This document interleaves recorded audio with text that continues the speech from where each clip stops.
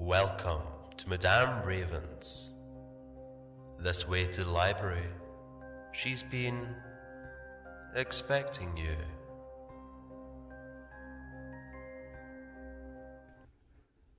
Because I love you.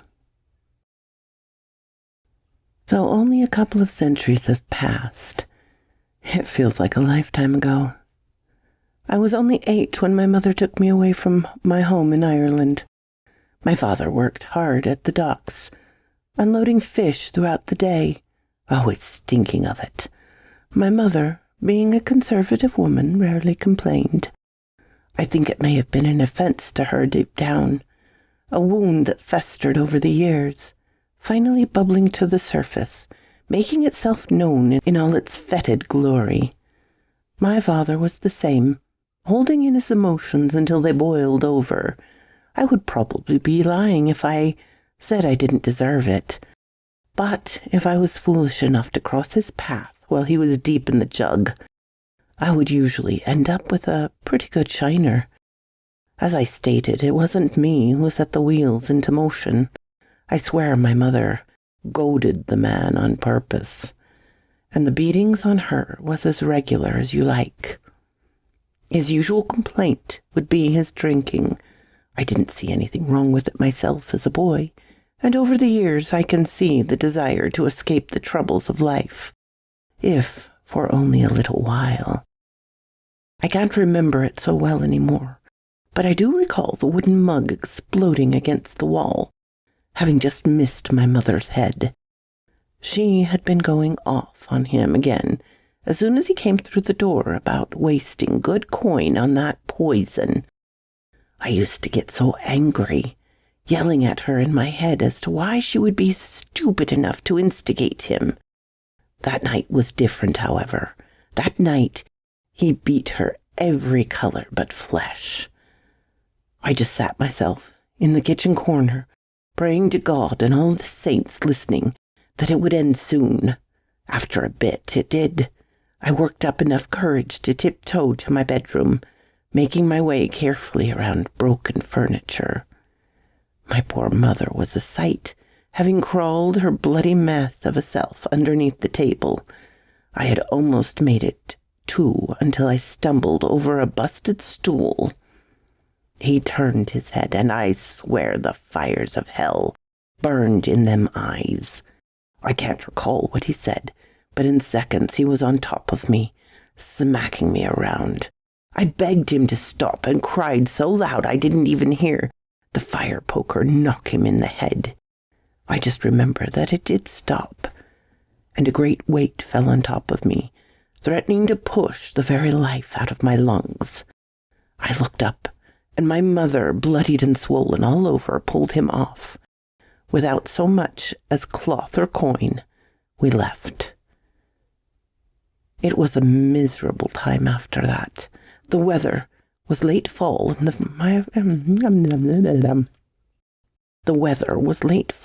and friends were scarce.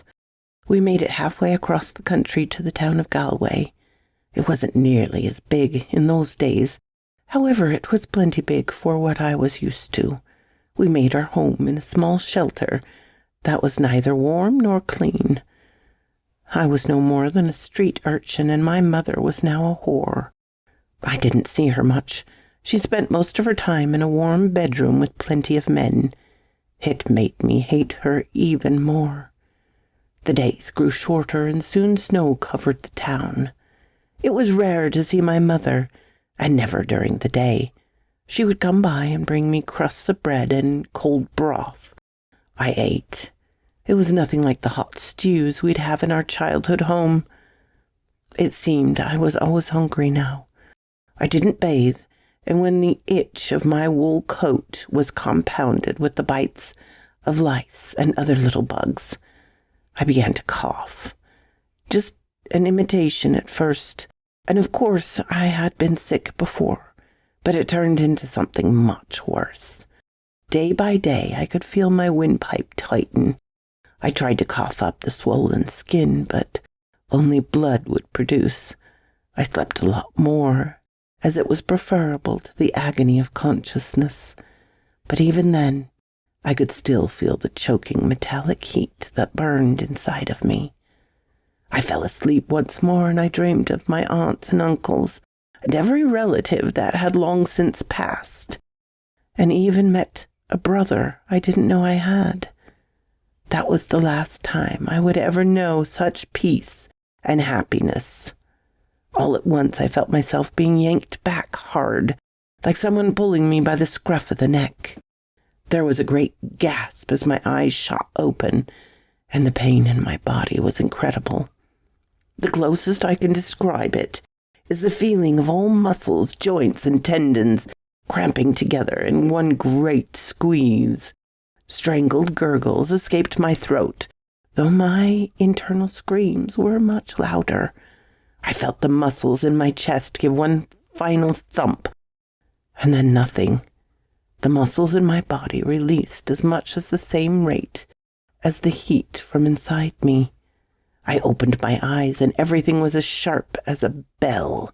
In fact, all the pain from my sickness was gone. I could smell and hear things I had no business smelling and hearing, and I found I was incredibly thirsty. My mother was lying next to me, and her smile went wide, showing teeth that were entirely too sharp. In fact, I felt my own, and they were now indeed long and serrated. I opened my mouth to speak, the first time in weeks, I assume, and I told her I needed water. She quickly got up and ran over to a sack on the floor. I sat up and to my horror saw that it was moving. She carried it back over and reached in. My unease quickly stopped when the scent of something hot filled my nose. My thoughts of water vanished as she pulled a large rat out of the sack. Without even so much as a beat of hesitation, I launched myself at it. My hands squeezed the animal tightly, popping bones as the creature struggled, and I sank my teeth into it. The blood was more filling than any food I'd ever known, and I drained it completely as my mother held me in her lap, gently rocking me. This went on for about a year, and it gave me time to ponder my new existence. I was disgusted, especially with the fact that I had to stick to animals as my mother instructed. What she did to me was unforgivable, and my hatred for her grew to new heights. After so long of feeding on vermin and farm animals, the smell of living humans was growing overpowering. Finally, I said to hell with it. It was the stupid cow's fault I lived in such a cursed life anyway. I waited until the evening tide came upon the land. My mother still hadn't risen yet, and wouldn't for a little while longer. I stalked the county road as a heavy fog rolled in, threatening a large storm nearby, and indeed the sound of thunder weren't far off in the distance. A wagon, coming towards the direction of the town, announced itself, with little endeavor to be silent. When I was sure there was no one else nearby, I leapt for the driver. The horses whinnied, and the wagon crashed to a stop. Before the man knew what was happening, half his blood was down my throat. Oh, the taste, the feel of raw power. I felt strength I'd never before knew existed, and I wanted more. My desires were met with the shrill screams coming from inside the cab, and I ripped the door off it in my euphoric state. The screams reached new heights as I drained the women of their delicious life. It was spicy and rich, and had I the ability, I would surely have wept. I was too inebriated at the time to truly know what I had done. As the feelings of absolute bliss subsided, I looked down to see the mother and 2 young daughters I'd just murdered. This was hard enough. However, to my antipathy, I saw the small shape underneath a slightly red-stained blanket, motionless. I cried out to the night in anguish. What had I become?